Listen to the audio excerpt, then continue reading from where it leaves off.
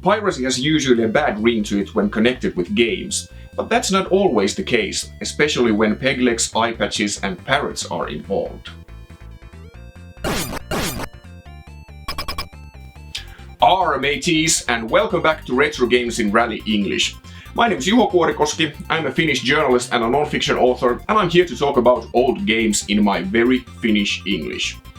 It's time to set sails for the Caribbean, because in this video we will be talking about piracy. Well, not the software kind, or at least not in the traditional context. I'm going to talk about one of the greatest adventure games ever made, a true milestone of interactive comedy. A title that put Lucasfilm Games on the map and made Ron Gilbert, Tim Schafer and Dave Grossman game development legends. This game is of course the original The Secret of Monkey Island, a true adventure game masterpiece and a timeless classic that holds its ground even today. The game is also a textbook example on how to make a good point-and-click game. The structure works as a blueprint on how to make a proper adventure game that has both the puzzles and the story. It's time to dust off the good old Jolly Roger, man the cannons, and see how intriguing The Secret of Monkey Island is in 2019. The Secret of Monkey Island was released in 1990 by LucasArts, then known as Lucasfilm Games. The game is a humorous point-and-click adventure game set in the age of pirates and buccaneers. The game is one of the best-known adventure games in history, and many consider it to be the best comedy game ever made.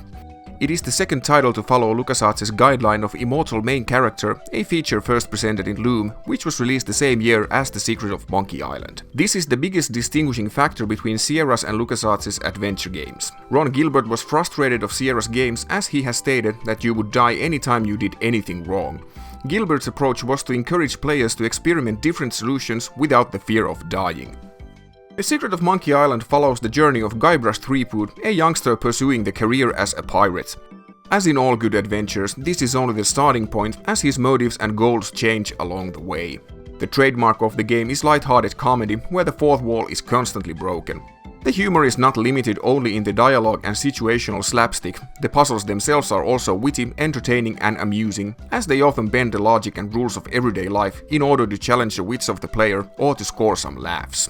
The original version was updated for modern graphics and platforms in 2009 when the special edition of The Secret of Monkey Island was released.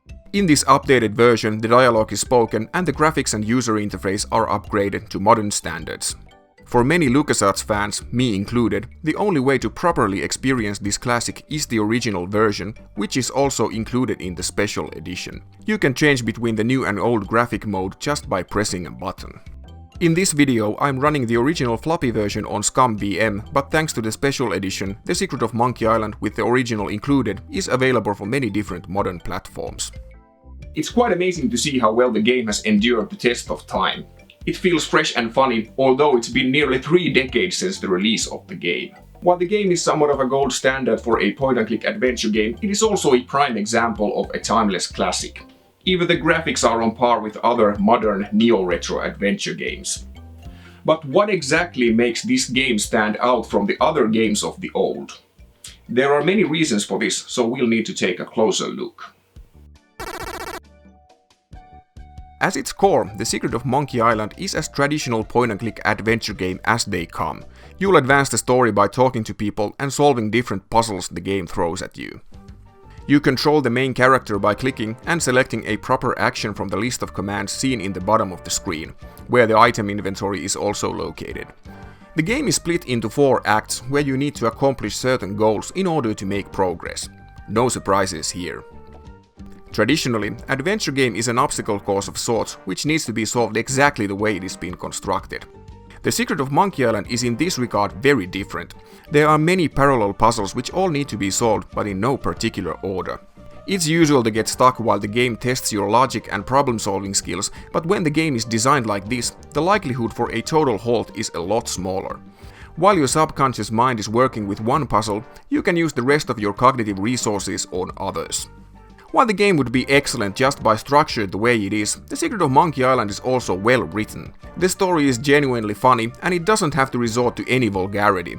The jokes are on point, the humor is versatile and it's often combined with game mechanics. The game also makes fun of adventure games as a genre. There are some sharp jabs towards Sierra, but in my opinion the best joke is this one here, where Guybrush is thrown in the water strapped to a statue. There's a whole bunch of sharp objects just barely out of reach, but what's the correct solution? You simply just pick up the statue and place it in your bottomless inventory. You carry shovels, swords and other stuff in your pockets, so why not the statue? After all, it was in your inventory in the first place. The solution is both elegant and funny. This puzzle is also the only instance in the game where Guybrush can kick the bucket. The only special skill our hero has is the ability to hold his breath for 10 minutes. But if the time runs out, he's a goner. Thankfully there's no hurry to figure out the solution, as 10 minutes is more than enough, although creative thinking is required. As the game revolves around pirates, there needs to be some sword fighting. Guybrush can't get killed, and in this game the pen, or rather the mouse, is mightier than a sword. So fighting needs to be addressed somewhat different than just by action-oriented minigame. The duels in this game are both game design and comedy gold. Fighting is based around insults which you need to collect and answer to accordingly. Although this part of the game is just a minor portion of the first act, it's probably the best known element of The Secret of Monkey Island, and a prime example of how the traditional adventure game mechanics can be adapted to more action-oriented direction without sacrificing the key elements of the point-and-click gameplay. The narrative structure of the game is solid.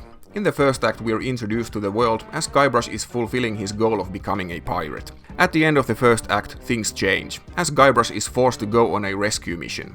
The main antagonist, ghost pirate LeChuck, has kidnapped the governor, so it's up to our hero and his half-witted crew to save the day and to unravel the secret of Monkey Island, which is never explained. The game was pure magic upon its release, and this magic hasn't faded in these 3 decades the game has been available. It's awesome to see that The Secret of Monkey Island still holds its ground against modern adventure games.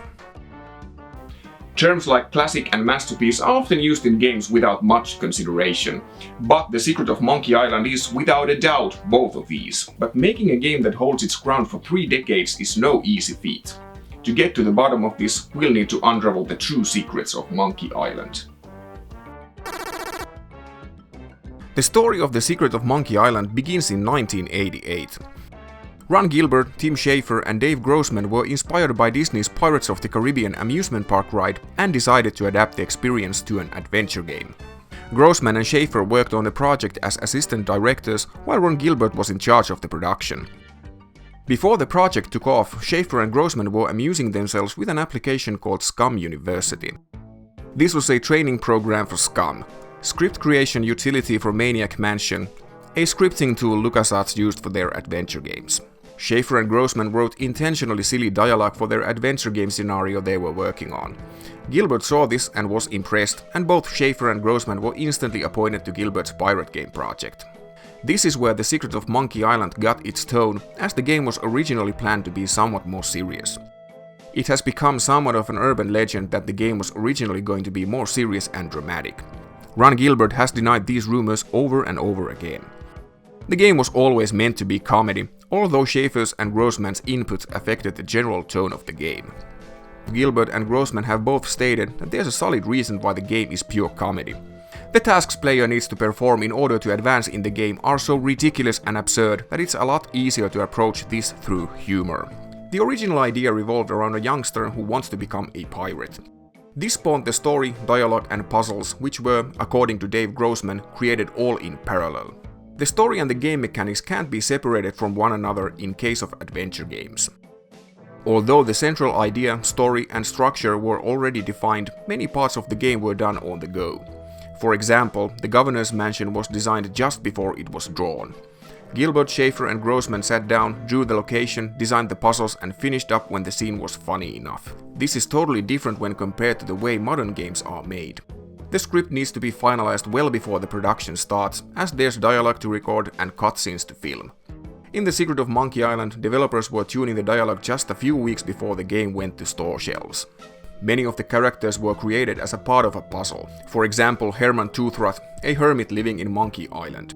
He's been stranded for decades, so it made sense to fill his head with pseudo-philosophy, which worked in favor of the story and the game mechanics. Most of the characters were drawn before they received any other attributes. For example, at first Guybrush was a typical heroic main character. Slowly he evolved into a charmingly naive narcissist who would steal shoes from a blind person if he needed to. Writing a hero this way is very difficult. If you tip the scale too much towards narcissism, you'll end up with a snappy piece of crap main character that you rather push through a wood chipper than identify with. Many others have tried to copy the Guybrush formula, but most of them have failed miserably. Guybrush got his name through a program called Deluxe Paint, which was used to create sprites for the game. Steve Purcell, who worked as an artist in the project, kept tabs on his work by adding word brush after each character. The then unnamed hero was called Guy Brush, so Gilbert, Schaefer and Grossman decided that combining these words would make a good first name. The last name is from the novels of British author P.J. Wodehouse, but at the same time it's also a pure coincidence. Galahad and Freddie Threepwood can be found in his novels, and the characters have much in common with Guybrush. Originally Threepwood was Grossman's proposition, but it was his cousin's role-playing character. Grossman didn't have a clue about Wodehouse's Threepwoods, and it took years before he found out about the connection. The Secret of Monkey Island became a critically acclaimed masterpiece almost instantly after its release. Although the game sold relatively well, it wasn't a huge hit in the United States. However, in Europe, the game was a blockbuster. The legacy of The Secret of Monkey Island can be seen in almost every point-and-click adventure game. Whenever someone makes a humorous adventure game, it's almost instantly compared to the adventures of Guybrush Threepwood. The Secret of Monkey Island was also one of 5 games selected for the exhibition The Art of Video Games in the Smithsonian American Art Museum in 2011. Every ounce of this legendary reputation is earned. The Secret of Monkey Island was and still is an excellent adventure game, a true classic in every sense of the word.